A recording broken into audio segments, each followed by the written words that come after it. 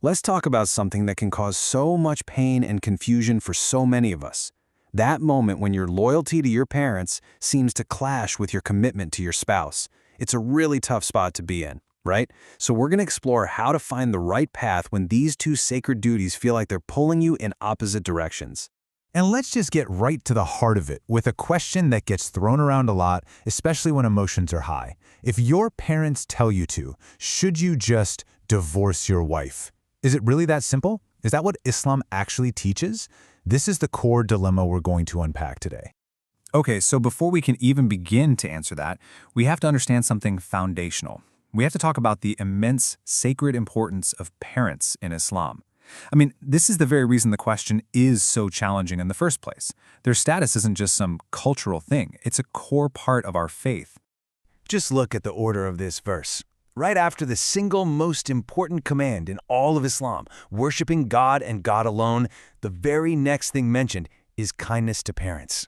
That is huge, and it's not a one-off thing. This specific pairing shows up again and again in the Quran. That tells you just how high a priority our parents are meant to be.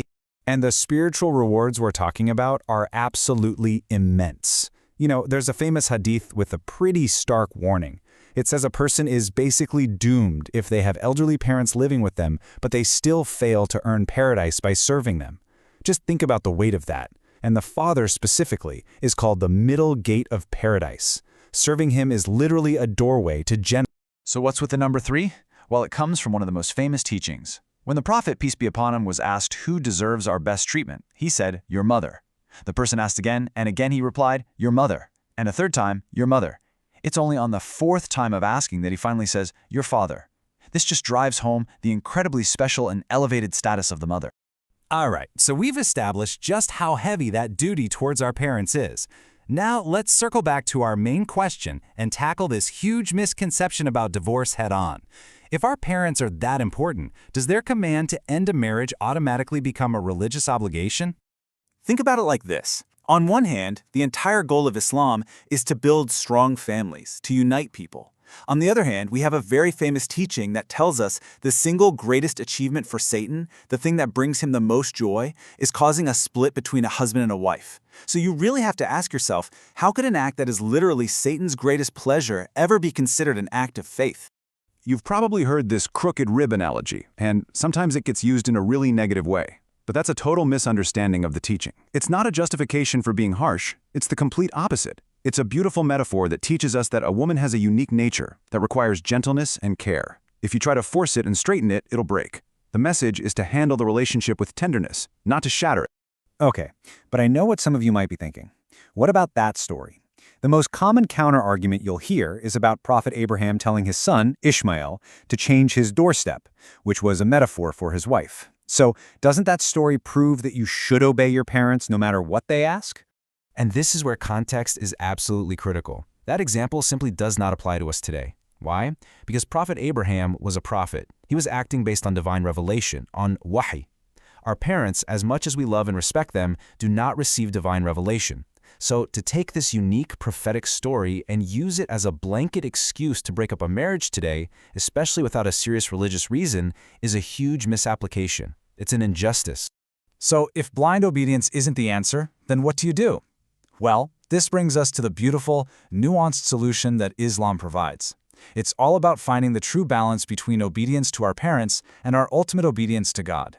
You know, the Quran itself actually sets the boundary for us right here. It makes it clear that if your parents are pressuring you to go against one of God's commands, you don't obey them in that specific thing. Now, of course, the ultimate example given is shirk, or associating partners with God, but the principle is broader. Demanding a divorce without a just, valid religious cause is an unjust command. It falls under this very principle of not obeying a creation in the disobedience of the Creator. But here's the crucial part. This is so important. Choosing not to obey an unjust command does not give you a free pass to be disrespectful. Obedience and respect are two different things. You absolutely can and you must hold your ground with kindness and firmness, but without ever crossing the line into disrespect. And there's a powerful story from our history that shows this perfectly. The mother of Hazrat Asma had not accepted Islam. So Asma went to the Prophet and asked him how she should treat her mother. Did he tell her to cut ties, to argue? No. He explicitly told her to maintain a good relationship and to be kind to her. The lesson here is crystal clear. You can have fundamental disagreements, but you cannot compromise on kindness. Okay, so we've talked about the principles, but what does this look like in real life? How can you actually put this into practice when you're navigating these difficult situations, especially as parents get older and maybe a bit more sensitive? Well, here's a simple 4-step guide for that respectful communication. Step 1.